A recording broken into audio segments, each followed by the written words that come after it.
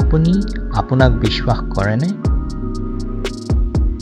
আপুনিয়েই আপোনাৰ ভাগ্য নিৰ্মাতা। আপোনাৰ ছিগনেচাৰত লুকাই আছে আপোনাৰ ব্যক্তিত্ব, বৰ্তমান আৰু ভৱিষ্যত। ছিগনেচাৰত আপুনি ক'ব নোৱাৰাকৈ লুকাই আছে আপোনাৰ কিছুমান সপোন, আপোনাৰ জীৱনৰ সকাৰাত্মক আৰু নকাৰাত্মক দিশবোৰ। ছিগনেচাৰ পৰিৱৰ্তন কৰি আনকি আপোনাৰ গ্ৰহৰ শুভ ভাৱো আনিব পাৰে। নমস্কাৰ মৰমৰ বন্ধু বান্ধৱীসকল, সকলোলৈ নৱবৰ্ষৰ প্ৰীতি আৰু শুভেচ্ছাৰে মই ডক্টৰ মৃদুল শইকীয়াই যোগাদিত্য চেনেলৰ মাধ্যমেৰে আপোনালোকৰ ওচৰত উপস্থিত হৈছোঁ।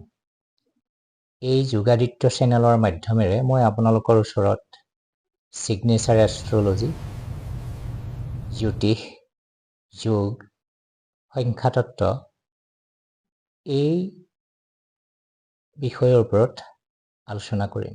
আশা কৰোঁ আপোনালোকৰ বহু সমস্যাৰ সমাধান হয়তো ইয়াৰ জৰিয়তে আপোনালোকে পাব।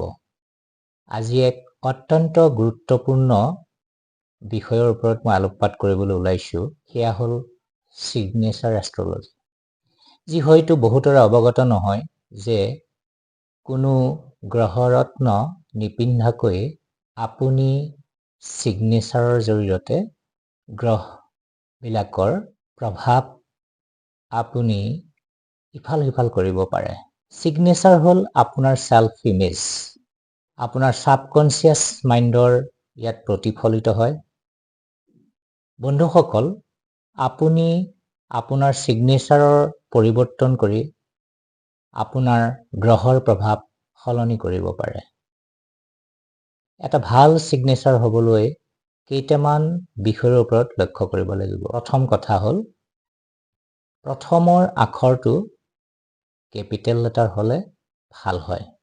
যদি স্মল লেটাৰ লিখা যায় তেতিয়াহ'লে ই আপোনাৰ আণ্ডাৰ এষ্টিমেট কৰিব। দ্বিতীয়, ফুল ছিগনেচাৰ।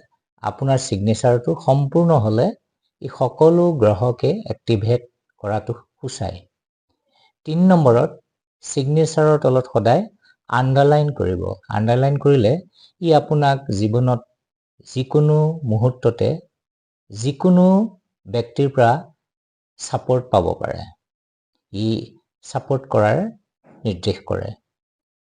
চতুৰ্থ, ছিগনেচাৰ কেতিয়াও 45 ডিগ্ৰীত কৰিব নালাগে। ই হয়তো 15 ডিগ্ৰীলৈকে যাব পাৰে, কিন্তু আপুনি 45 ডিগ্ৰীত কেতিয়াও ছিগনেচাৰ নকৰিব। 5 নম্বৰ মনত ৰখা কথাটো হ'ল আপুনি আপোনাৰ ছিগনেচাৰত মানি চিম্বল, চেল্টাৰ দিবলৈ কেতিয়াও নাপাহৰিব।